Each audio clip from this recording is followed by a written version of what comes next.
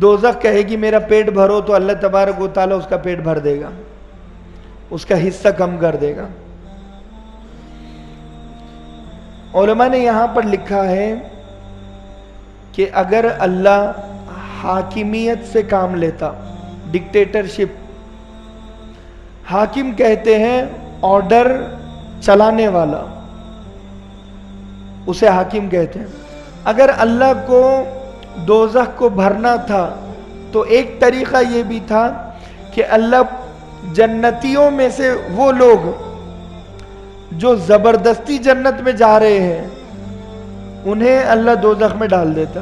زبردستی کا مطلب ہے بہانے سے اللہ دوزخ سے امت کو بچائے گا، یعنی جنت میں داخل کرے گا بہانے سے۔ کیا بہانہ کہ تو نے ایک کھجور صدقہ کر دی تھی، تو نے کسی کو نماز کے لیے بول دیا تھا، یہ بہانہ ہے۔ پوری زندگی گناہ کیا اس نے، ایک مرتبہ نماز کی دعوت کسی کو دے دی، اب وہ جنت میں چلا گیا۔ یہ ہوتا ہے بہانے سے جنت میں داخل کر دینا۔ تو اس امت کو اللہ بہانے سے جنت میں پہنچائے گا۔ تو اگر دوزخ کو بھرنا ہوتا تو اللہ کنسیشن پر جو لوگ جنت میں جا رہے ہیں، باؤنڈری پر جو لوگ جنت میں جا رہے ہیں، لاسٹ مومنٹ پر ایک نیک عمل کا بہانہ اللہ بنا کر انہیں جنت میں ڈال رہا ہے، تو ان لوگوں کو تو اللہ دوزخ میں ڈال دیتا نا، کہ ایک کھجور صدقہ کیا اور جنت میں تجھے دے دوں، جب تو دوزخ میں چلا جا۔ نماز پوری زندگی چھوڑی، ایک مرتبہ نماز پڑھ لیا، تو وہ ایک نماز کی وجہ سے تجھے جنت میں ڈال دوں، جا میں تجھے دوزخ میں ڈال دیتا ہوں۔ یہ بھی ایک طریقہ تھا نا، بات سمجھ میں آئی؟ دو برتن آپ کے پاس ہیں، دونوں میں برابر بیج آپ کو بھرنا ہے، تو آپ کیا کریں گے؟ ایک بیج ادھر ڈالو گے، ایک بیج ادھر ڈالو گے، ایک ادھر ایک ادھر ایک ادھر ایک ادھر۔ لیکن جب امت محمدیہ کا حساب ہوگا نا، تو وہ جو دوزخ والا برتن ہے وہاں پر بہت کم جائے گے، ادھر ادھر ادھر ادھر ادھر ادھر ادھر ادھر۔ وجہ یہ ہے کہ اس امت کو بہانے سے جنت میں ڈالا جائے گا۔ اور کوئی آخر میں یہ کہے گا ارے جنت تو خالی ہے، تو پہلے ہم نے لوٹا رکھا تھا، لوٹے کو ہٹایا، چھوٹا سا کوپ رکھ دیا، کہا کہ اب یہ دوزخ ہے، یہ کیا ہی ہے، اور اس میں پانی ڈال دیا۔ تو زیادہ پانی لوٹے میں بیٹھے گا یا چھوٹے سے کوپ میں بیٹھے گا؟ چھوٹے سے کوپ میں بیٹھے گا نا۔ تو اللہ تبارک و تعالی دوزخ کے پیمانے کو بدل دے گا، دوزخ کو چھوٹا کر دے گا۔ اب جانے والے تو بہت لوگ ہیں نا، بہت لوگوں نے بہت تیاری کی ہے، فرعون نے خود تیاری کی ہے دوزخ میں جانے کی، حامان اور شداد نے بہت محنت سے تیاری کی ہے، اس زمانے میں نمرود نے بہت محنت سے تیاری کی ہے۔ تو اب یہ جو یہودی اور عیسائی ہے اور خاندانی لوگ ہیں، یہ سارے اللہ اٹھائے گا، دوزخ میں ڈال دے گا۔ وہ دوزخ کے 7 حصے ہیں نا، وہ 6 حصوں میں جو جائے گا تو لوٹ کر آئے گا نہیں۔ روایتوں میں ہے، وہ 6 حصے میں آپ کو بتا دیتا ہوں کہ سعیر، سقر، جہیم، حاویہ، یہ جو نیچے کے 6 حصے ہیں، اس میں ایک مرتبہ جو گیا وہ دوبارہ نکلے گا نہیں۔ جو پہلا حصہ ہے جہنم، اسے کہتے ہیں لاک اپ۔ لاک اپ کا مطلب ہے ایک مرتبہ گیا، سزا بھگتی اور پھر چھوٹ کر باہر آ گیا، تو یہ پہلے والا حصہ صرف امت محمدیہ کا ہے۔ یہ جائے گی بھی، سزا بھگتے گی بھی، اور باہر نکل کر دوبارہ جنت میں چلی جائے گی۔ لیکن جو نیچے کے 6 حصے ہیں، یہ 6 حصے یہودیوں کے لیے، عیسائیوں کے لیے، آگ کی پوجا کرنے والے، پتھر کی پوجا کرنے والے، بندر کی پوجا کرنے والے، گائے اور بیل اور بھینس کی پوجا کرنے والے، درختوں کی پوجا کرنے والے، چاند اور سورج اور ستاروں اور سیاروں کی پوجا کرنے والے، یہ سارے پوجا پاٹ کرنے والے یہ 6 حصے میں جب جائیں گے تو دوبارہ نکل سکیں گے؟ نہیں نکلے گے۔ اگر ان کے نبی بھی ان کی سفارش کریں گے تو بھی نہیں نکلیں گے۔ سمجھ میں ہی بات؟ اور اللہ کے نبی کو اللہ نے جہنم والا حصہ دیا کہ تمہاری سفارش سے اس جہنم والے حصے میں جو جائے گے ہم ان لوگوں کو باہر نکال دیں گے، جنت میں ڈال دیں گے. سمجھ میں ہی بات؟ کون سے والا حصہ دیا؟ لاک اپ والا. کتنی بڑی بات ہے.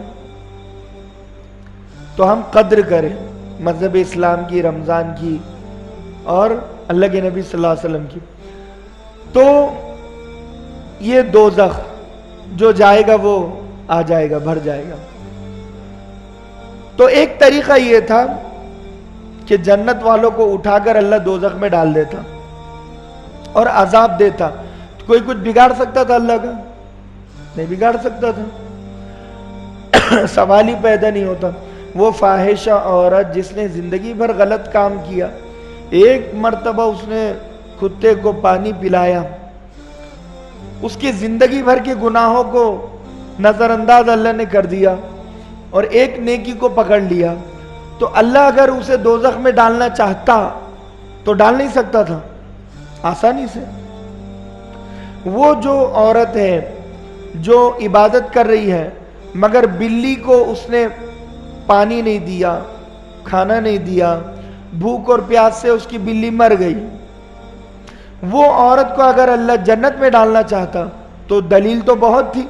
وہ نماز بھی پڑھتی، اعتکاف بھی کرتی، لیکن بلی کو بھوکا پیاسا رکھنے کی وجہ سے وہ دوزخ میں جائے گی. کہاں جائے گی؟ دوزخ میں جائے گی. مطلب یہ ہے کہ اے اللہ تیری عبادت کی زیادہ اہمیت نہیں ہے بلی کو زندہ رکھنے کے سامنے. سمجھ میں ہی بات؟ لیکن یہ مطلب نہیں ہے اس کا. مطلب یہ ہے اس کا کہ اللہ تبارک و تعالیٰ فرماتا ہے کہ کسی کو زندگی دینا اس سے بڑی عبادت کوئی نہیں ہے.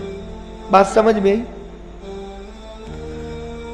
مثال کے طور پر ہمارے گھر پر کوئی کہہ رہا ہے ایک بوند پانی دے دو میں مر رہا ہوں، اگر پانی مجھے نہ ملا میں مر جاؤں گا، اور ہم بول رہے ہیں کہ میں ابھی نماز پڑھ رہا ہوں، میں ابھی نماز پڑھ رہا ہوں، مجھے 4 رکعت نماز پڑھنے دو پھر میں پانی دوں گا. اب یہ 4 رکعت نماز پڑھنے تک وہ بیچارہ مر گیا. کاش نظریہ ہمارا یہ ہوتا کہ 4 رکعت کا ثواب مجھے اس پانی پلانے میں بھی مل سکتا ہے نا. بات سمجھ میں آئی؟ دیکھنے کا نظریہ، سوچنے کا نظریہ ہے. تو دوسرا طریقہ.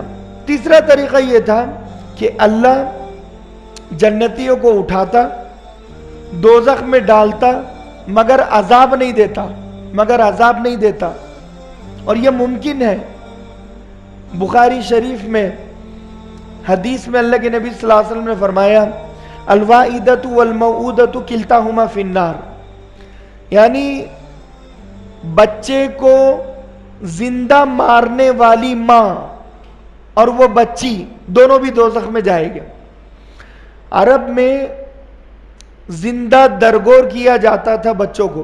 زندہ درگور کرنا مطلب زندہ گڈھے میں پھینک دینا، زندہ قبر میں ڈال دینا. زندہ. اب وہ زندہ کیوں ڈالتے تھے؟ دیکھو شیطان نے بھی کیسی پٹی پڑھائی ہے. وہ بہت بڑا استاد ہے. وہ ان سے یہ کہتا تھا کہ اگر تم اسے مار دو گے تو تم قاتل بن جاؤ گے، اگر تمہیں مارنا ہی ہے تو پھر تم اسے زندہ قبر میں چھوڑ دو تو تمہیں قتل کرنے کا گناہ نہیں ملے گا، خالی بچی کو دور کرنے کا گناہ ملے گا، اپنے سے الگ کرنے کا گناہ ملے گا. بات سمجھ میں آئی؟ تو انہوں نے کیا کیا؟ گڈھا کھودا کہ بھئی ہمیں مارنا نہیں ہے ورنہ کیس ہو جائے گا. زندہ زمین میں ڈھکیل دیا اور مٹی ڈال دی اوپر سے. اور اپنے آپ کو وہ قاتل سمجھتے بھی نہیں تھے، اپنے آپ کو قاتل سمجھتے بھی نہیں تھے.